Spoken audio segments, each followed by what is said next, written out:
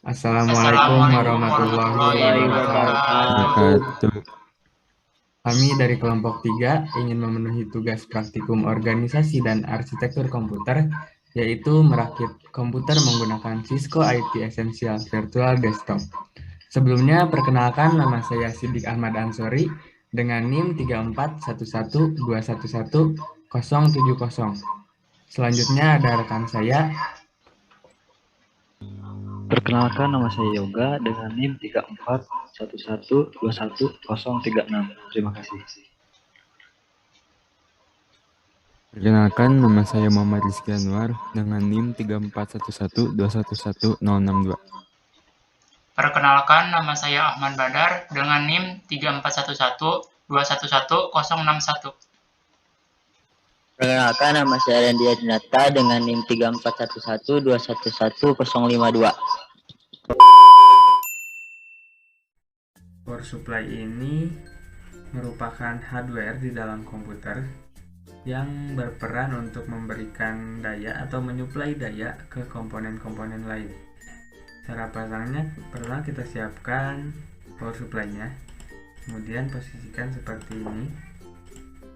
Nah, kemudian kita pasang dan jangan lupa diberi skrup agar tidak lepas.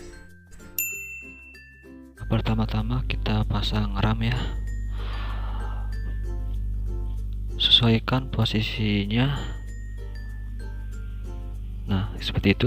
Kalau sudah, jangan lupa untuk dikunci agar tidak terlepas. Kemudian pasang RAM yang kedua. RAM sendiri ya itu fungsinya untuk menjaga memori untuk menyimpan satu data. Nah, yang ini pun sama, jangan lupa dikunci. Kemudian masuk ke CPU atau prosesor. CPU atau prosesor sendiri biasanya disebut juga sebagai otak komputer. Masukkan pada posisi seperti ini. Nah, terus jangan lupa untuk ditutup, kemudian dikunci. Kemudian thermal phone itu untuk menyalurkan panas dari prosesor. Nah, yaitu selanjutnya itu heatsink fungsinya untuk menginginkan temperatur pada komputer. Jangan lupa untuk dikencangkan bautnya. Nah, seperti itu. Terus yang ini pun sama untuk dipasang ya. Nah, seperti ini. Lalu selanjutnya kita akan menginstal motherboard ya. Pasang motherboard dalam posisi CPU.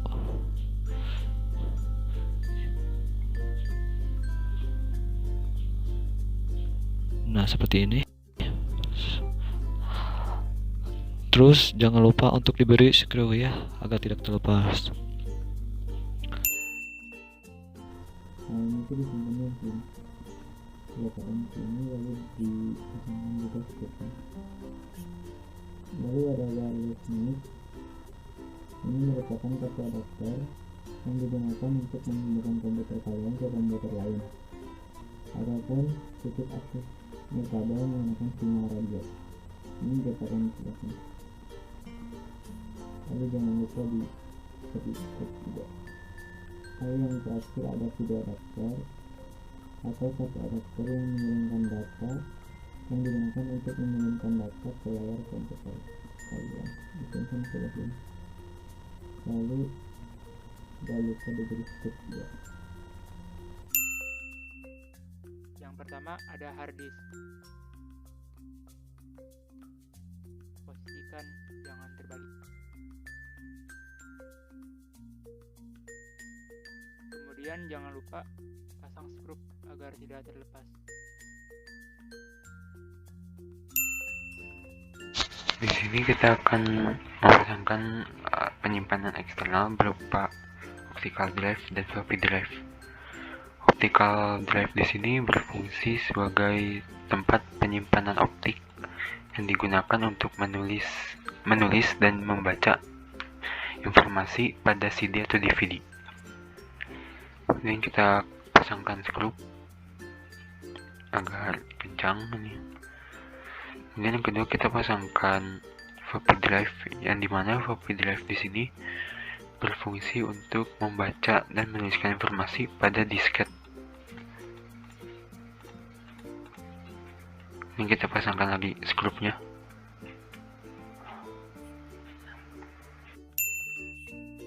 Nah, kemudian di opsi internal kabel ini kita akan memasang semua kabel power internal dan kabel data.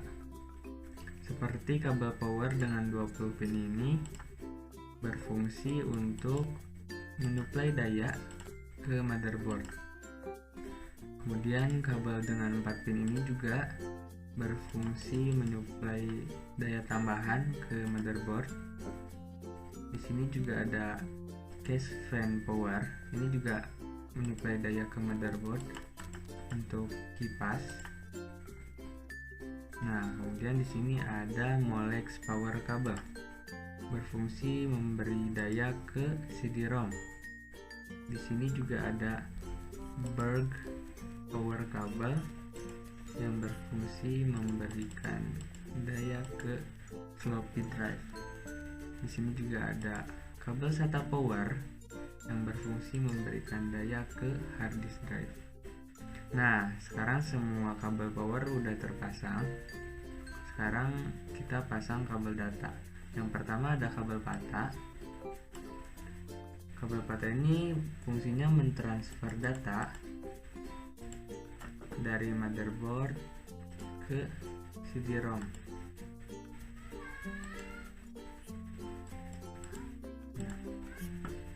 Kemudian yang kedua ada floppy kabel yang berfungsi untuk mentransfer data antara motherboard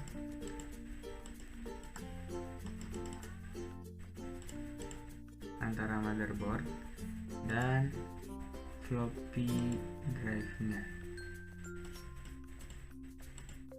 Nah, kemudian yang ketiga ini yang terakhir ada kabel SATA. Kabel SATA ini berfungsi mentransfer data dari motherboard dan hard disk drive. Nah, Setelah semua kabel terpasang, kemudian tutup CPU dengan case panel. Kemudian pasang skrupnya agar tidak terlepas.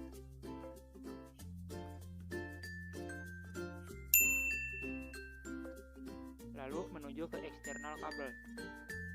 Yang pertama, pasang kabel yang menghubungkan CPU dengan monitor.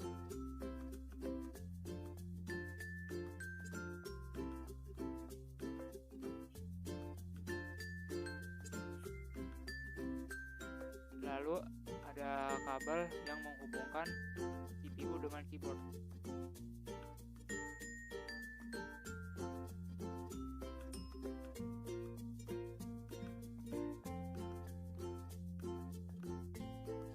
Lalu kabel yang berwarna hijau ini masukkan warna yang sesuai dengan kabelnya.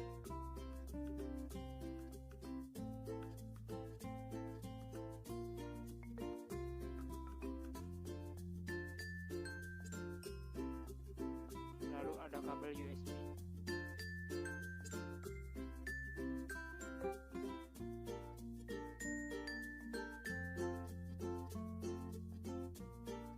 Kemudian yang berwarna biru ini adalah Ethernet kabel yang berfungsi untuk menghubungkan ke internet.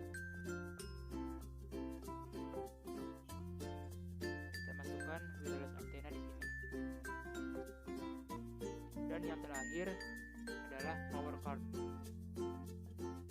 yang menghubungkan CPU dengan arus listrik sehingga dapat berfungsi.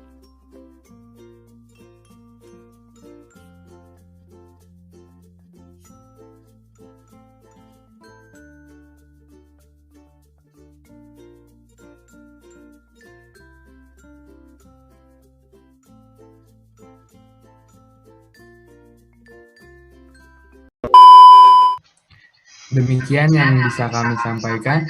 Kurang lebihnya mohon dimaafkan. Wabillahi taufiq wal hidayah. Wassalamualaikum Wassalamualaikum warahmatullahi warahmatullahi wabarakatuh. wabarakatuh. wabarakatuh.